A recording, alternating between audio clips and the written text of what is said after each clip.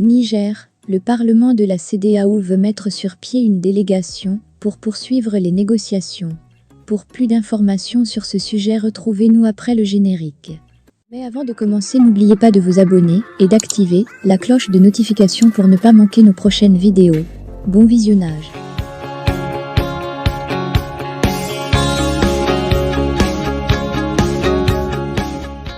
Une session extraordinaire, virtuelle, du Parlement de la CEDEAO a eu lieu samedi 12 août. Elle a mis en évidence l'opposition de nombreux représentants de cet organe consultatif à une possible intervention militaire au Niger.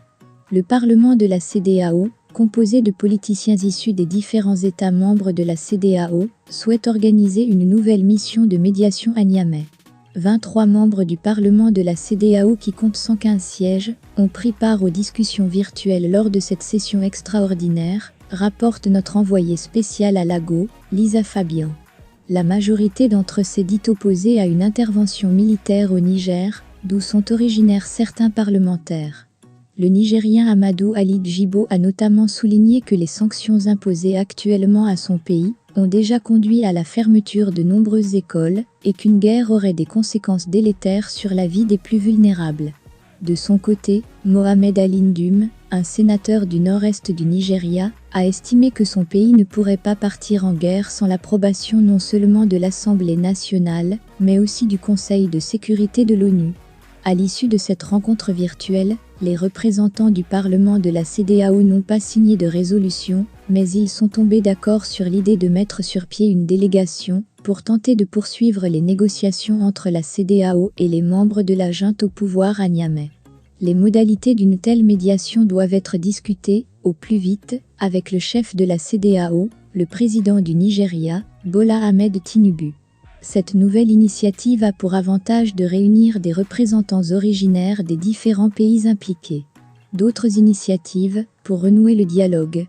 Rétablissez l'ordre constitutionnel et tout deviendra possible, c'est le message qui doit être porté ce dimanche aux nouvelles autorités nigériennes par un autre canal, celui d'un richissime homme d'affaires de la sous-région, rapporte notre correspondant régional, Serge Daniel.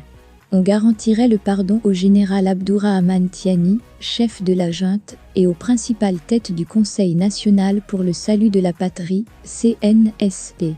La diplomatie américaine s'active également. Un diplomate des États-Unis pourrait effectuer prochainement un déplacement à Niamey. Autre intervenant, le Togo. Le président Faure Gnassingbé était présent lors du dernier huis clos d'Abuja et comme souvent, il a parlé peu selon des sources, pas du tout selon d'autres.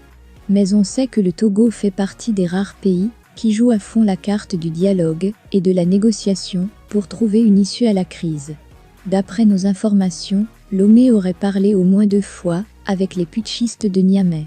Parmi les demandes formulées, la libération du président Mohamed Bazoum et l'ouverture de négociations sincères pour la suite du processus. Un interlocuteur, au fait du dossier, ajoute « Les Togolais ne sont pas pour une intervention militaire, mais pour des négociations, pour aller de l'avant ».